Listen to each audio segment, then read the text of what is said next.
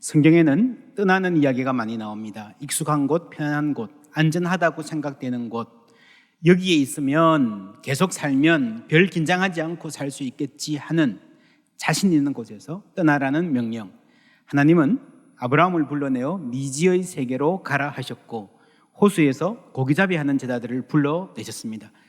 그리고 그 예수님이 하늘로 올라가시기 직전 제자들에게 땅끝까지 가라 하셨습니다. 땅끝까지라는 말은 어디까지 가야 되는가, 어느 지점을 정복하라 이 말이 아니고요, 자기의 한계를 넘어가라는 말입니다. 이거는 삶의 방향과 태도를 말하는 것입니다. 기독교는 처음부터 자기 한계를 넘어 땅끝을 지향하는 운동이었습니다. 거기에는 치러야 할 대가가 있습니다.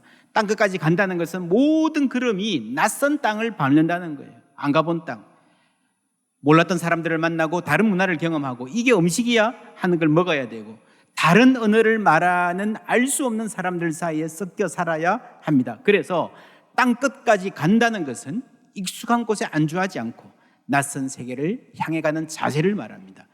편안하고 안전한 안락한 하늘을 떠나서 이 낮은 땅 험한 세상에 찾아오신 예수님을 닮아서 선교적 삶을 산다는 것입니다.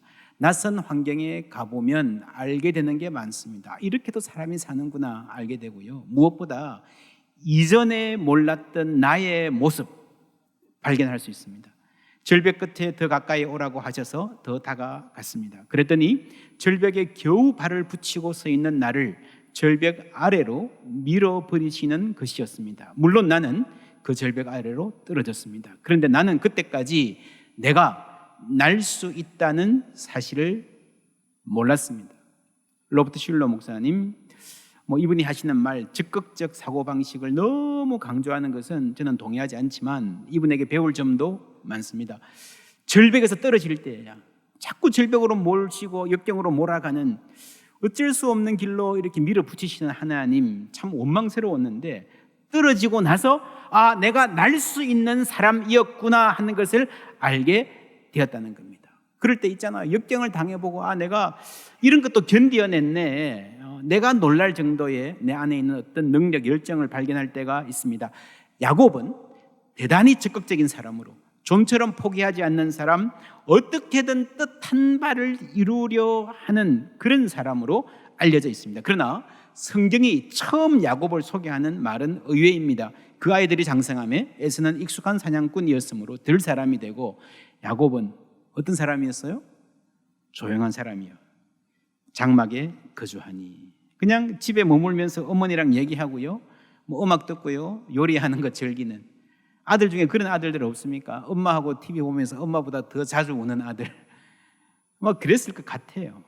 그런데 그런 야곱이 가족들 중에서 가장 변화무쌍한 인생을 살게 됩니다. 대단히 적극적인 모습이 그 안에 있었음이 드러나는 거예요. 나도 나에게 이런 면이 있는 줄 몰라서 역경 가운데 드러나는 겁니다. 많은 사람들이 그렇습니다. 어떤 일을 시작해 보기 전에, 어떤 환경을 만나보기 전에는 자신을 잘 몰라요.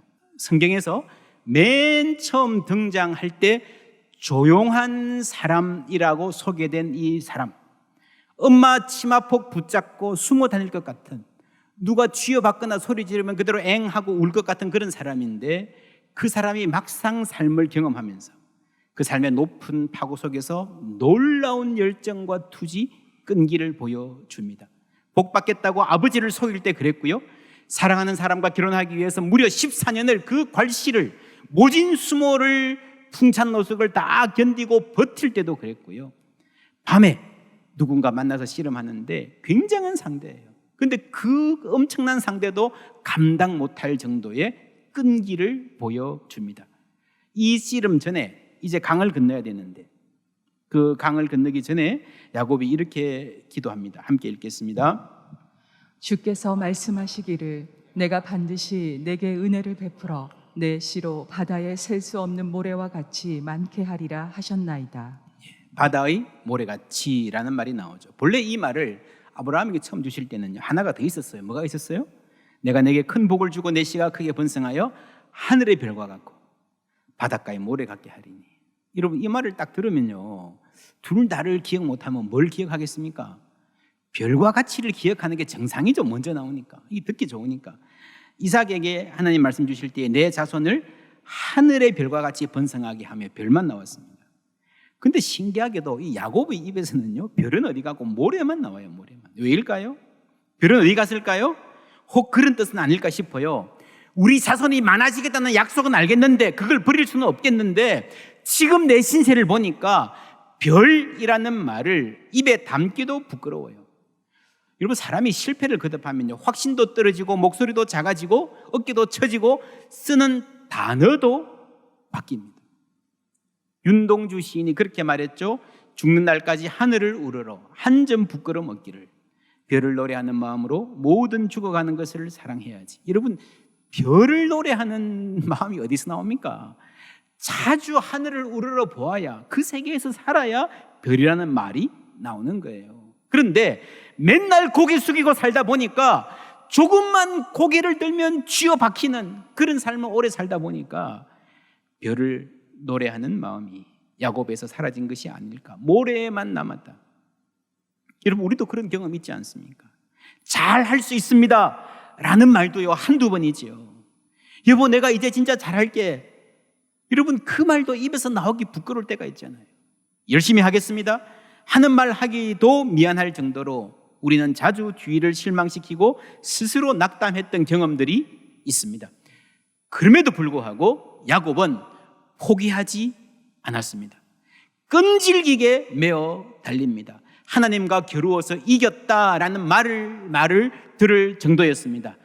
어떤 사람들은 하나님이 봐줬겠지, 지가 어떻게 하나님을 이겨, 하나님이 살살 하셨겠지. 여러분, 그럴까요? 물론 봐줬습니다.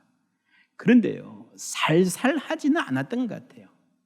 살살 했는데 뼈가 부러집니까?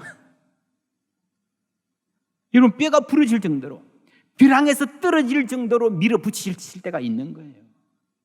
결국 뼈가 부러질 정도로 메어 달리는 소중한 것이라면 쉽게 포기하지 않는 영적 끈기를 하나님께서 요구하시는 것 아닐까요? 이 밤에 야곱은 새로운 이름을 얻습니다. 새로운 정체성, 이스라엘.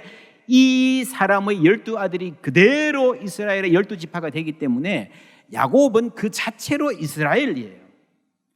하나님께서 그 백성에게 요구하시는 것은 대충 사는 것이 아니라 야곱처럼 끝까지 메어 달리는 끈기라는 말입니다. 땅끝까지 가라는 말씀 또한 눈에 보이는 장애를 넘어서 내 한계를 미리 설정하지 말고 포기하고 가보라는 거예요. 가보라는 거예요. 머리가 부딪힐 때까지. 그렇죠? 여러분, 바울을 보세요. 땅끝까지 가겠습니다, 로마로 가겠습니다 해서 예루살렘에 가가지고 체포가 됐잖아요. 2년이나 가리사라에 갇혀 있었잖아요. 그 정도면요, 이제가 안 되나 보다. 하나님 허락 안 하시는 것보다 이 정도면 나 열심히 한 거야 할만하잖아요. 근데 바울은 안 그랬습니다. I appeal to Caesar. 가이사에게 법적으로 상소를 해서라도 죄인의 몸으로라도 로마까지 일단 가겠다는 거예요. 그게 여러분 땅끝까지 가보는 정신이에요. 예수님 말씀하셨습니다. 두드리라 열리리라. 이 말이 어디 가가지고요 한두 번 계세요? 하면 금방 문 열릴 거라는 말이 아니에요. 인내를 갖고 지속적으로 포기하지 말고 두드리라는 말씀입니다.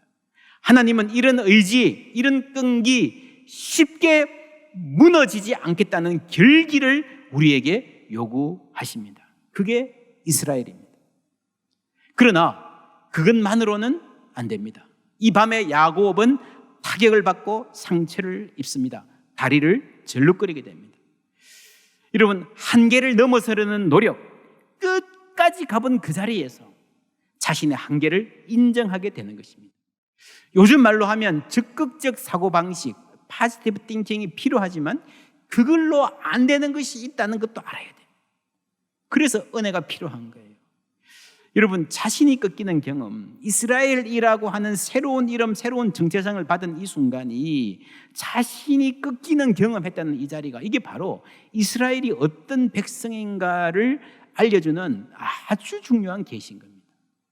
상처 입은 사람의 정체성입니다. 야곱이 후에 바로 앞에 섰을 때 자기 인생을 이렇게 요약합니다. 함께 읽습니다. 야곱이 바로에게 아뢰되 내 나그네 길의 세월이 130년이니이다. 내 나이가 얼마 못 되니 우리 조상의 나그네 길의 연조에 미치지 못하나 험악한 세월을 보내었나이다 하고. 조용한 사람이라고 소개되었던 야곱, 그냥 뭐 평탄하게 무난하게 엄마 밑에서 살 것 같은 그런 사람의 삶을 마칠 때 보니까요, 한마디로 요약하면 험악한 세월이었습니다. 우리 아버지, 할아버지 그 조상들에 비하면 내가 살아온 세월은 짧아요. 참 짧아요. 그러나 내 인생을 말로 이야기하자면, 내 사연을 이야기하자면 너무 길어요. 며칠 몇 날을 세워도 다 못할 거예요. 그만큼 굴곡이 많고 눈물 많은 인생이었어요. 이런 삶은 그대로 이스라엘 민족의 자화상이 됩니다. 이사야서 53장 3절 말씀 함께 읽습니다. 그는 멸시를 받아 사람들에게 버림받았으며 간고를 많이 겪었으며 질고를 아는 자라.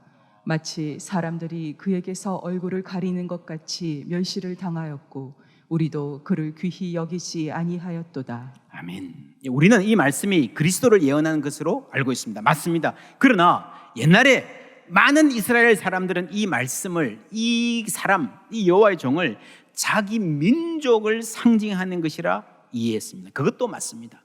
여러분, 이쪽에서 보면 그리스도고요, 이쪽에서 보면 이스라엘 공동체예요, 민족이에요.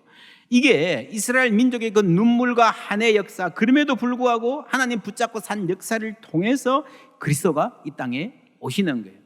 그래서 눈물과 고난과 그 역경을 통해서 결국에는 세상을 구원하는 그 사명을 이스라엘이 받았고, 그 사명을 예수님이 이루신 거예요.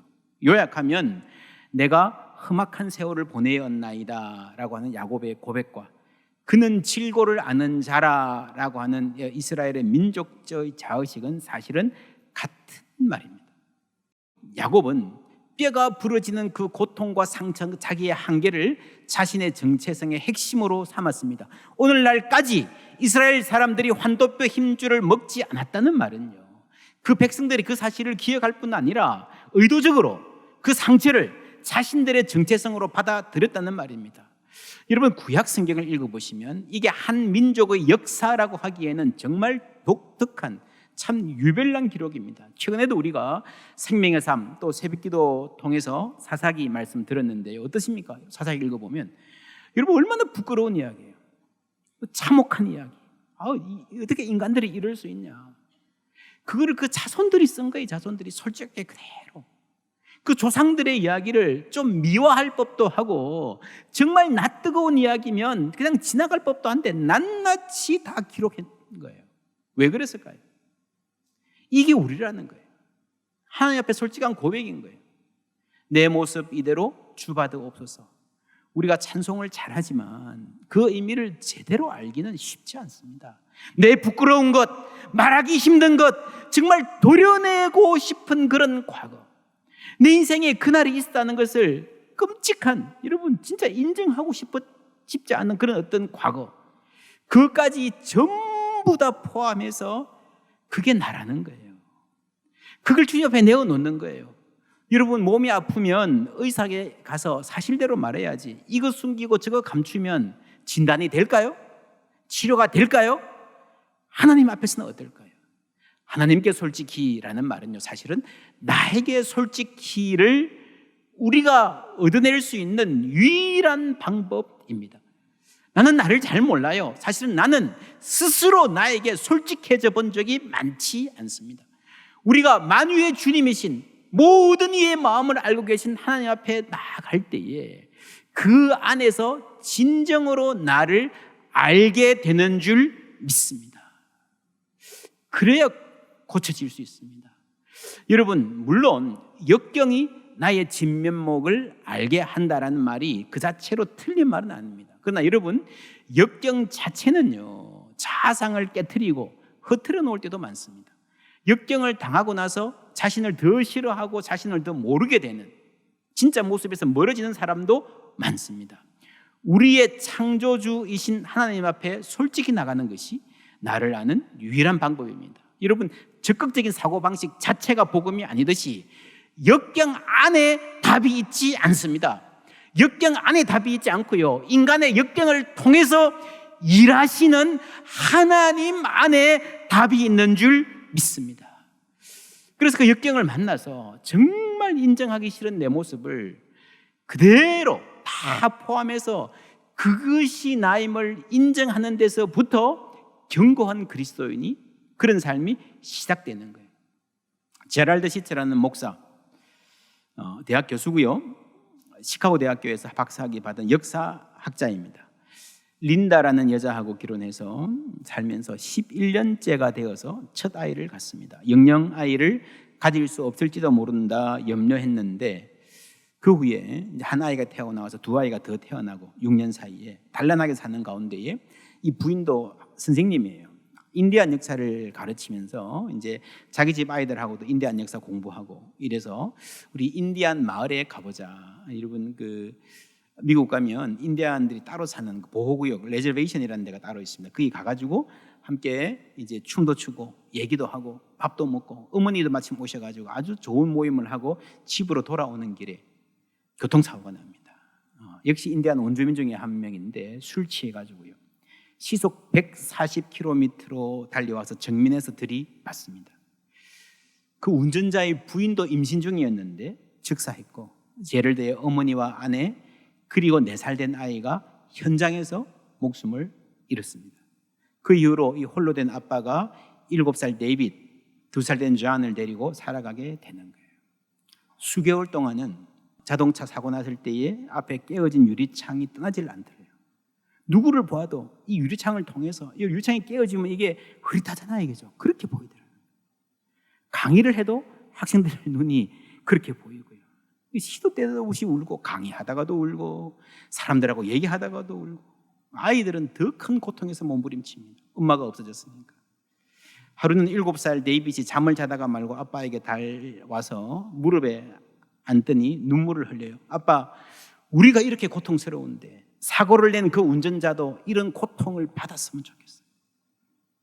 그러고 한참 울더니 세상 사람들 전부 다 내 친구들도 이웃집 아저씨, 아줌마들도 우리 같은 고통을 당했으면 좋겠어요. 그래야 내가 얼마나 힘든지 알 거 아니에요. 그렇게 한참 울더니 아빠, 사고 낸 그 사람도 힘들겠죠? 어쩌면 자라면서 엄마 아빠로부터 사랑도 못 받고 많은 상처를 받았을지도 모르겠어요. 세상에 이런 고통이 없어졌으면 좋겠어요. 그렇게 이 고통을 통과하면서 몇 개월 지나고 나니까 이제 그 다음에는 아름다웠던 추억들이 계속 떠오르는 시기를 경험합니다. 마치 배가 파선을 해서 망망대해에 던져졌는데 조그마한 늘판지 하나가 있어요. 그거 붙잡고 그 늘판지가 우리가 함께 살았던 행복한 기억들이다. 이거를 놓으면, 이 기억을, 추억을 잃어버리면 나는 죽을 것 같다는 불안으로 필사적으로 그 기억에 매달렸습니다. 그리고 그 다음 단계, 여러분 그 다음에는 뭐가 찾아올까요? 사람이 상실을 경험하면요 후회가 찾아옵니다. 죄책감. 시츠는 이렇게 말합니다. 후회는 우리 입에서 라면이라는 말이 자꾸 나오게 만든다. 결혼 생활에 좀 더 많은 노력을 기울였더라면, 그 사람을 용서했더라면, 공부를 열심히 했더라면, 차를 좀 더 천천히 몰았더라면, 담배를 일찍 끊었더라면, 그날 밤 남편에게 일찍 들어오라는 말 한마디만 했더라면, 증상이 나타났을 때 병원에 좀 더 일찍 가보았더라면, 그렇게까지 심하게 화를 내지 않았더라면, 부모 자식 관계가 그렇게 악화되지도 않았을 것이고 내 가정이 깨어지지도 않았을 텐데, 이런 후회들, 수도 없이 많은 라면이 있다는 겁니다. 여러분, 라면 그만 찾으세요. 세상에 많은 라면들이 있지만 과거를 되돌릴 수 있는 라면은 없습니다. 많은 사람들이 상실로 인해 파괴된다. 피할 수 없는 죄책감과 후회에 스스로 빠지기도 하고, 이 경우는 영혼에 더 치명적인데 절망감에서 헤어나오지 못하기 때문이다. 그들이 할 수 있는 어떤 일도 상실을 되돌릴 수 없지만 변화를 일으키는데 그들이 아무 일도 할 수 없다는 것은 사실이 아니다. 바꿀 수 없으며 고통스럽기까지 한 과거를 아우르는 후회감에 맞서 우리는 싸워야 됩니다. 우리가 무엇인가를 하기로 마음먹을 때 절망은 희망으로, 비통함은 용서로, 증오는 사랑으로, 침체는 활력으로 변화될 수 있다. 우리는 상황을 변화시킬 수 없지만 그 상황이 우리를 변화시키도록 할 수 있다. 내가 변화돼야 된다는 거예요. 그 자리에 머무르면 됩니다. 상처까지 끌어안아서 새로운 정체성으로 나아가야 된다는 거죠. 한 번의 상실이 뒤이어 다른 상실로 이어지도록 만든다면 그것은 쓸데없이 우리의 고통을 덧나게 하는 일이다. 그렇게 되면 우리의 영혼은 더욱 심하게 파괴되고 만다. 제럴드 시체는 이 책에서 이런 말을 합니다. 첫 번째 죽음, 배우자나 자녀나 부모의 죽음, 건강, 직업을 잃거나 결혼을 상실하는, 이혼을 하게 되는 경우 고통스럽죠. 죽음이라 말할 만큼 고통스러운데 그게 최악은 아니라는 거예요. 더 나쁜 것은 두 번째 죽음입니다. 이거는 영혼의 죽음인데 죄책감, 후회, 비통함, 증오, 누군가를 끊임없이 미워하는 걸로 시간을 보내는 거죠. 그리고 부도덕, 한 번 실패하고 나서 망가져서 그냥 마음대로 살아버리는 사람이 있잖아요. 그리고 절망. 첫 번째 죽음은 나에게 일어나요. happens to me. 두 번째 죽음은 내 안에서 일어납니다. happens in me. 우리가 첫 번째 죽음을 겪고 찾아오는 변화를 거부한다면 그 선택은 우리에게 두 번째 죽음을 불러오는 신호탄이 된다.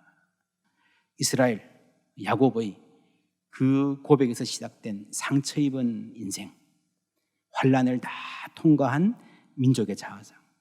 여러분, 바벨론과 페르시아 시대, 그 혹독한 독재의 시대를 거치면서 정말 놀랍습니다. 그 신앙이 없어지지 않고 무너지지 않고 적어도 상당수의 사람에게서요, 바벨론, 페르시아를 거치면서 훨씬 더 아름답고 견고한 신앙으로 자리 잡습니다. 할렐루야. 여러분 아시잖아요. 열왕기 상하 보면요, 정말 정말 형편없어요. 나라가 형편없어요. 그런데 바벨론, 페르시아 이 시대에도요, 정말 빛나는 믿음의 인물들이 나오는 거예요. 다니엘 12장 3절 함께 읽습니다. 지혜 있는 자는 궁창의 빛과 같이 빛날 것이요 많은 사람을 옳은 대로 돌아오게 한 자는 별과 같이 영원토록 빛나리라. 아멘. 여러분, 그 엄혹한 시절을 통과한 다니엘, 사사굴에 들어갔다 왔잖아요. 그 인생 자체가 사사굴보다 훨씬 더 무섭고 삼엄하고 적대감이 많은 그런 인생이었습니다. 그럼에도 버티고 견뎠을 뿐 아니라 하나님이 별과 같이 들으시는 사람이 되었습니다. 이것이 이스라엘 민족에게 주신 사명이고요, 오늘 우리에게 주신 사명인 줄 믿습니다. 그런 말이 있습니다. A scar into a star. 상처가 별이 되다. 스카라는 말이 상처라는 거예요. 상처, 흉터. 그 흉터가 그대로 별이 되는 거예요. 여러분, 하나님 손 안에서 상처가 별이 될 수 있을 줄 믿습니다. 상처가 다 사라지고 별이 다가오는 것이 아니라 상처 자체가, 상처를 품은 내가 별이 되는 거예요. 그게 이스라엘의 역사예요. 하나님이 이스라엘을 부르신 이유예요. 그 백성들을 통해, 이스라엘 가운데 오신 예수를 통해 많은 사람들이 생명을 얻는 역사가 지금도 일어나고 있잖아요. 오늘 우리에게 주신 축복이고 사명입니다. 우리가 받는 모든 상처, 우리가 흘리는 모든 눈물, 여러분 마다하지 마시고요, 그 역경 자체가 아니라 그 역경을 통해서 나를 빚어가시는 하나님의 손길에 주목하는 은혜가 있으시기를 바랍니다. 그럴 때에 은혜는 변장하고 오더라. 풀어보니까 은혜더라. 지나고 보니까 그래서 하나님이 나를 그렇게 인도하셨구나 고백하는 복되고 아름다운 삶 될 줄 믿습니다.